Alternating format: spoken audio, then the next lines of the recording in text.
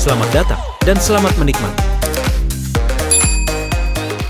Alice menghampiri Emperor dan berkata, "Tidakkah Emperor peduli akan pandangan orang-orang?" Emperor duduk diam seperti orang bodoh saja. "Bagaimana mungkin kamu menyebut dirimu seorang Reinhardt?" Mackenzie marah melihat Alice berkata demikian, tapi Abraham menahannya dan berkata, "Orang itu salah satu teman Jin Hyuk. Mari kita lihat saja apa yang akan dia lakukan untuk sekarang." Alice mendekati Emperor dan berkata, "Sungguh pemandangan yang menyedihkan. Reinhardt yang ia kenal tidak seperti ini." Lalu Alice merapalkan sihir dan muncul notifikasi, memanggil jiwa yang mempunyai hubungan erat dengan Alice.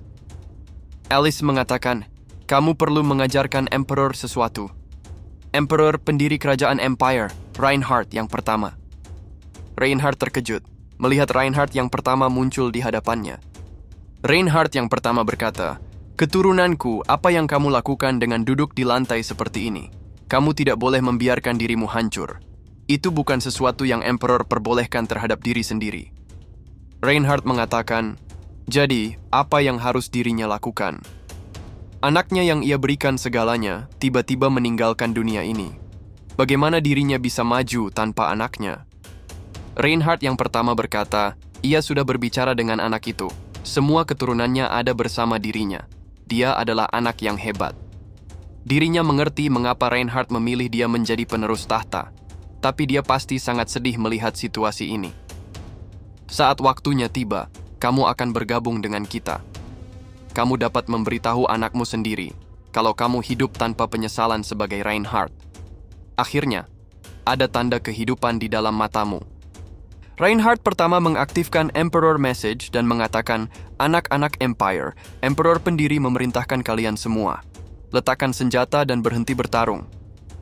Duke Barnstein tidak dapat bergerak dan langsung dijatuhkan oleh Sabina ke lantai.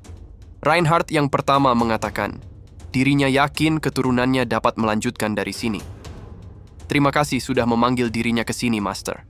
Kamu pasti sudah keluar dari tempat itu." Dengan hati yang berat, dirinya akan pergi lagi. Alice mengatakan, jangan khawatirkan dirinya. Dirinya sudah menemukan seseorang yang dapat dipercaya dan diandalkan. Pemberontakan yang terjadi di ibu kota Empire akhirnya berakhir. Barnstein dan koleganya dijatuhi hukuman mati karena mendalangi pemberontakan. Tapi karena kebaikan Emperor, mereka akan direhabilitasi oleh Sabina. Para Swordmaster tidak terhindar dari hukuman, mereka juga akan dibawa oleh Sabina. Jin Hyuk mengatakan, ini adalah harga yang murah untuk melepaskan kalian. Dirinya tidak dapat membunuh anggota penting dari guild besar. Dirinya melepaskan anggota guild Gandara setelah mengambil semua milik mereka. Tidak banyak nyawa yang melayang karena antisipasi yang cepat. Tapi pemberontakan itu membuat orang-orang ragu terhadap Emperor. Keraguan itu dengan mudah ditepiskan setelah mereka melihat Emperor yang bersemangat lagi. Fenheim mengatakan, "Emperor kembali lagi, dan semua itu berkat dirimu, Jin Hyuk." Dirinya akan memberikan rute tercepat ke lantai atas sesuai yang ia janjikan. Dan dirinya, Empire Grandmaster Swordmaster, bersumpah akan setia kepada Jin Hyuk. Jin Hyuk mengatakan, "Sepertinya kita sudah selesai di sini.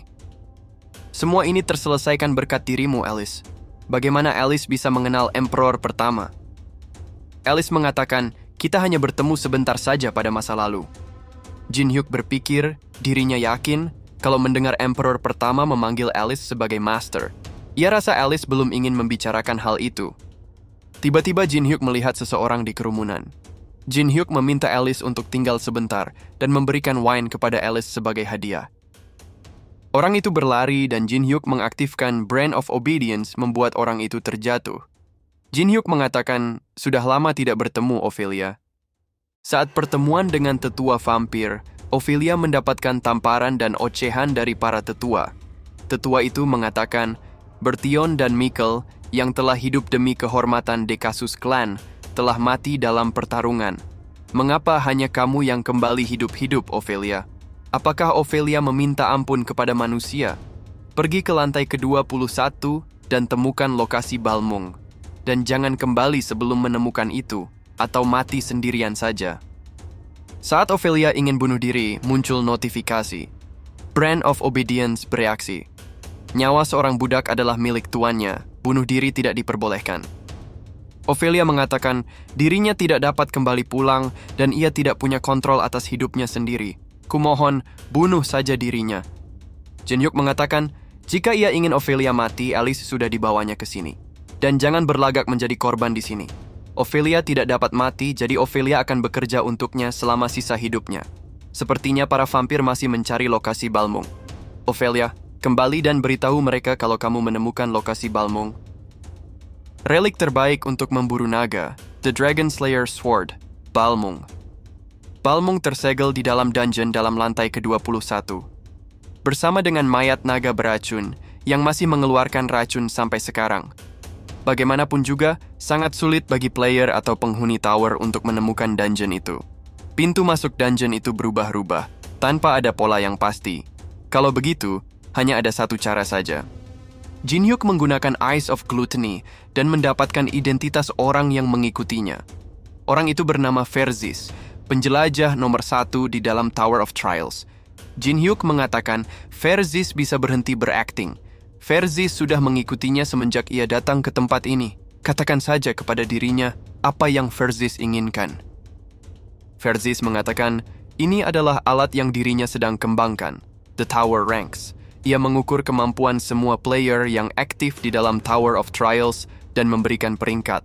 Sejujurnya, ia ingin memasukkan Jin Hyuk ke dalam daftar. Sejak dirinya mendengar Jin Hyuk, ia selalu ingin mendapatkan data Jin Hyuk. Tapi tower ini tidak mempunyai sistem yang mendukung. Jika ia menyelesaikan Tower Rankings, maka semua data akan tersusun dengan rapih.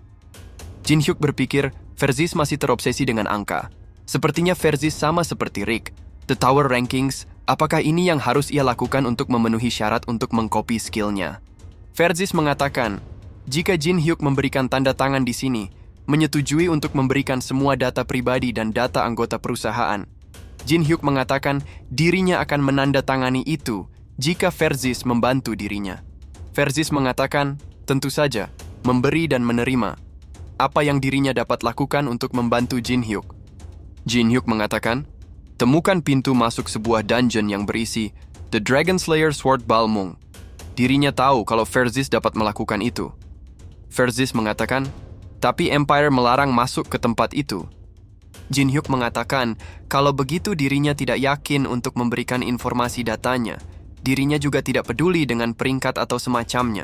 Ferzis tidak ingin melakukan apapun untuk dirinya, tapi meminta data pribadinya. Negosiasi omong kosong macam apa itu?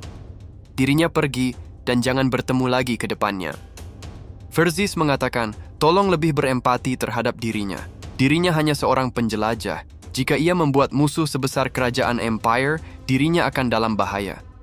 Jin Hyuk mengatakan, apakah itu perlu dikhawatirkan? Mengapa tidak merahasiakan saja kalau kita pernah masuk ke dalam Balmung Dungeon? Gedung Black Crow Guild. Terlihat Yuri yang kelelahan, menyeleksi aplikasi yang ingin bergabung ke dalam guild mereka. Sekretaris Kim mengatakan, tidak ada yang dapat kita lakukan. Semua orang tertarik setelah melihat video lantai kedua pukul 1. Hal ini tidak pernah terjadi saat Alice ada di sini. Tiba-tiba, Casey dan Judro masuk ke dalam ruangan. Semua orang terkejut melihat si kembar psikopat dari Eropa ada di sini. Casey dan Judro mengatakan, Jin Hyuk meminta kita untuk membantu dengan urusan guild. Kita adalah keluarga sekarang. Apa yang bisa kita lakukan? Si kembar datang ke tempat para pendaftar masuk guild. Casey dan Judro mengatakan, perhatian. Karena terlalu banyak pendaftar, ujian ronde pertama akan dilakukan di sini. Untuk bisa lulus, kalian harus tetap sadar sampai akhir. Ujian ronde pertama dimulai. Sekretaris Kim mengatakan, rank S memang dapat diandalkan. Itulah yang dilakukan Alice sebelumnya. Dirinya berharap Alice baik-baik saja. Jin Hyuk mengatakan, apakah Ferzis yakin kalau di sini tempatnya? Ferzis mengatakan, mungkin tampak mencurigakan, tapi dirinya yakin kalau di sinilah pintu masuknya. Ia dapat melihat dengan jelas di mana pintu masuk itu terbentuk. Ferzis mengaktifkan Entry Pass, membuka paksa pintu apapun yang dilarang untuk masuk. Penalti. Ferzis tidak mendapatkan XP atau item. Jin Hyuk berpikir, jika bukan karena Ferzis, dirinya akan memerlukan alat untuk mencari jejak sihir yang rumit. Saat mereka berdua masuk, Dekasus Clan ada di belakang mereka mengikuti dari jauh. Tetua vampir itu mengatakan, "Kerja bagus, Ophelia. Sekarang, kita akan masuk mengejar mereka." Jangan lupa untuk subscribe, komen, like, dan share-nya ya teman-teman, supaya tidak ketinggalan konten menarik Mimin selanjutnya. Thank you.